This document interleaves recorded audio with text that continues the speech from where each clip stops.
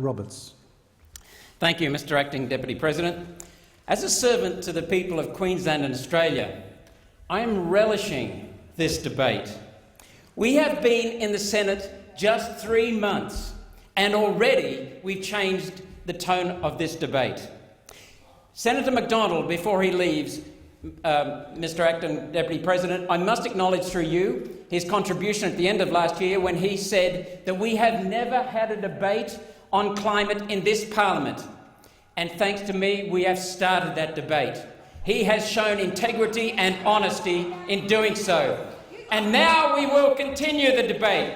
Mr. President, let me break this down as scientifically and as clearly as I can. Let's have some education for these people. Carbon dioxide is a gas, a colourless, odourless, tasteless, trace gas that is essential to all life on this planet. Carbon is a solid. It is a solid, a usually black solid, but it's also the solid in a diamond ring. Carbon dioxide is not a pollutant. It is colourless, odourless, tasteless. Yet the Greens are obsessed with carbon. Hydrogen and carbon atoms make up hydrocarbons. We burn them and the hydrogen combines with the oxygen to form H2O, water, essential for life on this planet. The carbon in hydrocarbons combines with oxygen to form carbon dioxide, essential to all life on this planet. Coal is clean, and we cannot affect the level of the carbon dioxide in the atmosphere because that is determined by the oceans, which contain 50 to 70 times more carbon dioxide than in the entire atmosphere.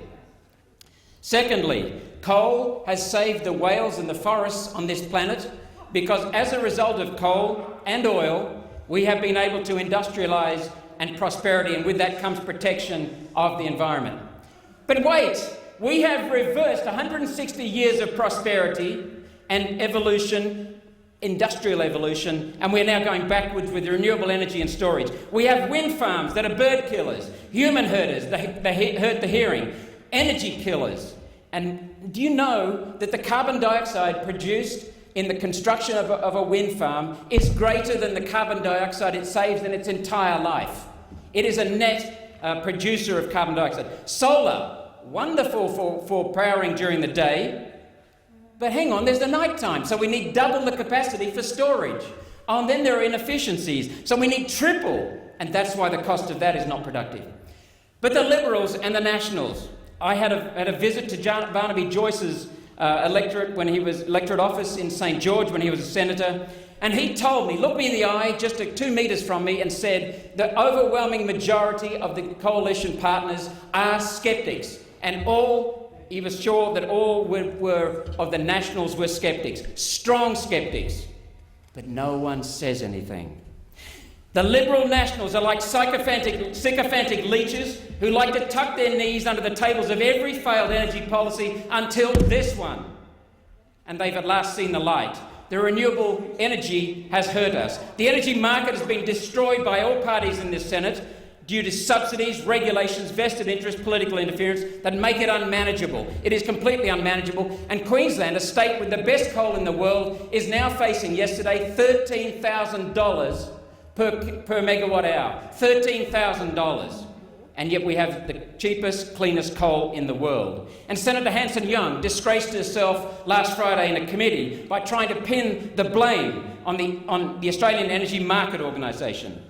Senator Xenophon is guilty for destroying his own state. Senator Bernardi has helped destroy his own state by being silenced. Hopefully he will start to speak up. Only Senators Leyenhome, Lambie, Hinch and Pauline Hanson, One Nation senators, are not guilty of destroying jobs and industry because energy is fundamental to our society and to the future of this planet.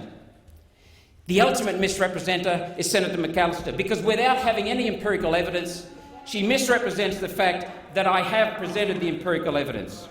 But then the Prime Minister, he's had 10 years of a narrative demonising carbon dioxide. And what have we got? 10 years of policy demonising carbon dioxide and the need to cut its production. And then switches overnight with no change in the narrative to be like a shag on a rock, a cold grey bird sitting on a cold, miserable day. Is he about to change the climate policy? Because that's what we're after next, and we're coming to get you. Everything green on this planet is Senator green Roberts. because of the carbon dioxide. Senator Marshall. Mr Acting Deputy President, I don't know whether to laugh or cry after that contribution. I should laugh because I've never heard so much stupidity in my life. It sounds like it is coming from the Illuminati that seem to support you, or maybe the lizard people, those humanoid lizard creatures that you also believe in. Or should I cry because this is the level of debate that is actually now in this chamber? You've got people that actually believe these sorts of things and are peddling this absolute nonsense. This absolute nonsense, as if there is no evidence out there that the climate is being affected and is being changed. Now, I think everyone actually, well, apart from you and the Pauline Hanson's One Nation Party, I think you managed to attack everybody else in the chamber, but apparently the three of you have this superior knowledge that seems to come from some being from somewhere, to spite all the evidence, all the settled evidence that has been around for now decades, absolute decades. Now, we may disagree in this chamber on the way to try to remove the pollution from our society that is creating climate change, and that is a fair debate to have. But to simply come in here and say things like, and actually say Senator MacDonald has acknowledged that until this year there has never been a debate about the climate in the Parliament.